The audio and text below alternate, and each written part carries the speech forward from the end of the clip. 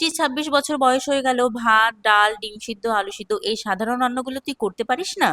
তুই একটা অকর্মা ঠিকই, তোর দ্বারা কোনো কাজই হবে না। এই মন্তব্যগুলোই আমাকে শুনতে হয়েছিল বিয়ের আগে।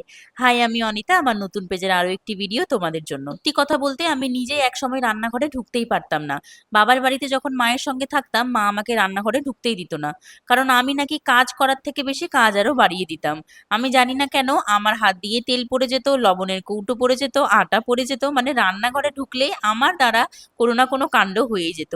আমার অজান্তে আমি সত্যি জানতে পারতাম না যে কেন আমার দ্বারা এটা হচ্ছে। তাই মা আমাকে বলতো, তুই দয়া কর, তুই রান্নাঘরে ঢুকিস না, 4টা কাজ করার থেকে তো তুই 6টা কাজ আমার বেশি বাড়িয়েই দিবি। এদিকে সকালের কাজকর্ম সেরে স্নান করে কিন্তু আমি রেডি হয়ে গেছি রান্নাঘরে যাওয়ার জন্য। আমার চুলের অবস্থাটা এতটাই খারাপ হয়েছে যে কিছু বলার নাই। দুর্গাপূজার আগে কিন্তু এই চুল নিয়ে আমাকে কিছু ভাবতেই হবে। এদিকে ডুগ্গু আমার লিপ বামটাকে এমন ভাবে ভেঙে দিয়েছে যে আর ছিপি খোলারও দরকার হলো না। মানে বাইরে থেকে লিপ বাম বেরিয়ে আছে। আমি ভাবলাম যা আছে কপালে খাবলে খুবলে ওটাই লাগিয়ে নিলাম। মা হওয়ার পর জিনিস নষ্ট হলে ফেলে দেওয়া নয়, আগে উদ্ধার করে ব্যবহার, এটাই তো আসল বুদ্ধি। আমি যেহেতু হোস্টেল থেকে পড়াশোনা করেছি, মানে শিলিগুড়ি থেকে পাস আউট করেছি জিএনএম নার্সিং নিয়ে, তারপর কিছু মাস চাকরিও করেছি। তারপর হঠাৎ করেই মা চলে যায় আর আমার বিয়েটাও হয়ে যায়, মানে খুব কম সময়ের মধ্যেই আমি কনসিভ করে ফেলি। যার জন্যই চাকরিটা আর কন্টিনিউ করা হয়নি। তাই জন্য রান্না বান্না শেখার ব্যাপারটাও কিন্তু আমার অভ্যাসে হয়েই ওঠেনি। তাই এই ব্যাপারটা নিয়ে মায়ের কাছ থেকে তো কথা শুনেছি, প্লাস আত্মীয় স্বজনদের কাছ থেকেও শুনেছি, তুই তো রান্নাঘরে ঢুকিসই না।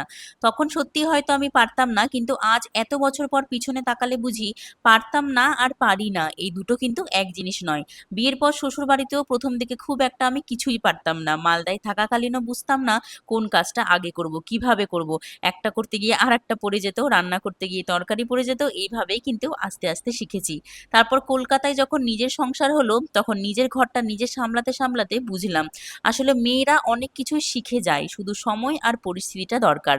আজ একটা নোংরা দেখলে আমার নিজেরই অস্বস্তি হয়, মনে হয় এটা একটু পরিষ্কার করে দিই না তো আমার ছেলেটা এসে আবার এই নোংরাটাই ঘাটবে। সোশ্যাল মিডিয়ায় আমি এমন কত মেয়ের ভিডিও দেখি, বাড়ি হয়তো খুব বড় নয়, দামি জিনিসপত্রও নেই, কিন্তু কি সুন্দর করে নিজের সংসারটাকে গুছিয়ে রেখেছে, সাজিয়ে রেখেছে।